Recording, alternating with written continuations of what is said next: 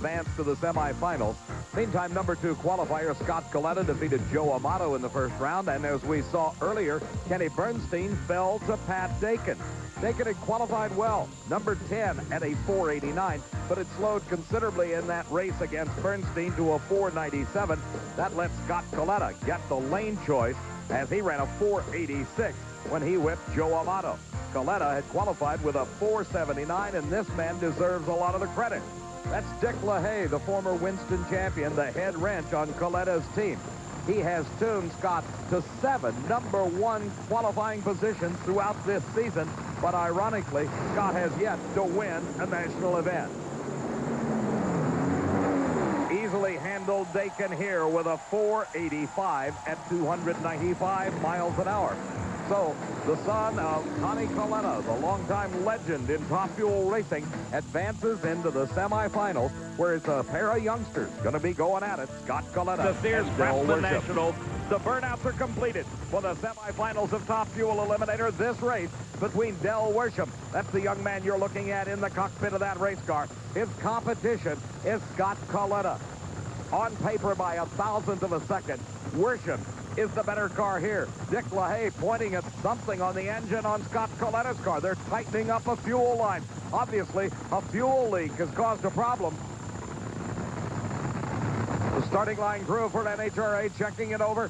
It's okay. Buster Couch, the official starter, says, take it to the line. It's time to race.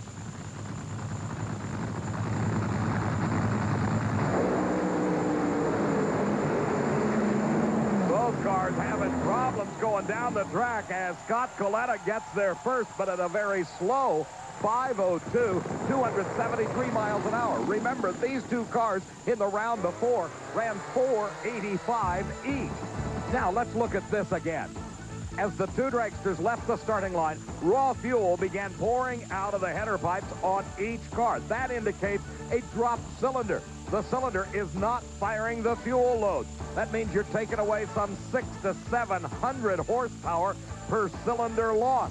That's why the performance dropped off to only a 502 for Scott Kalitta. Steve? Well, Scott, some alert work on the part of your crew right on the starting line, getting that leak taken care of.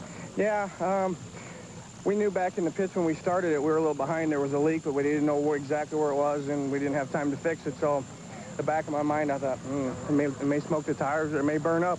It burned up. That's where the performance fell off? Yeah.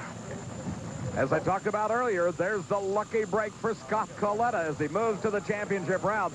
But his crew is facing a lot of work to get ready for that race. We'll be right back.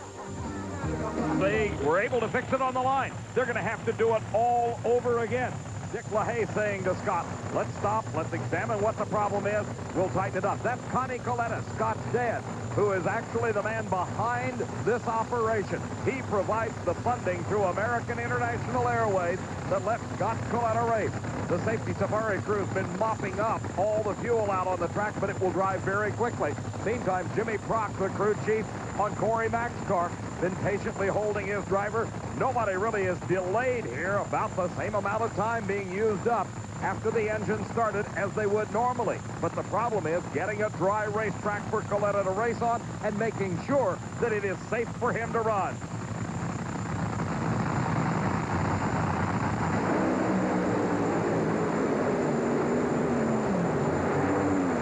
Scott Kalitta wins his first ever national event title and the fastest speed ever recorded.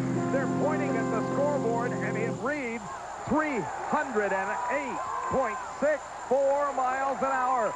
Dick LaHaye, Connie Kalitta, the entire crew celebrating as Scott Kalitta wins the race at 4.80 seconds. Watch again in replay.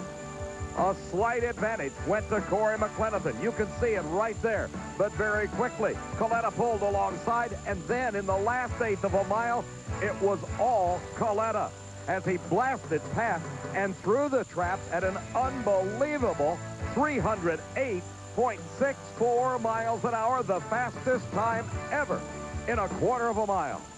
Steve? Scott Kalitta, you are not going to believe this. You just went faster than some of your airplanes. What? 308 miles an hour. No way! Come on! I don't lie about these things. Yes, I don't know what to say. 308. Maybe we need to have fuel under the tires more often. A 480. Good job, Katie. 480. All right. 308, buddy. The loser celebrating with the winner down here. Scott Kalitta, his first ever Top Fuel victory. So an entire season of frustration forgotten in this moment of elation, and Scott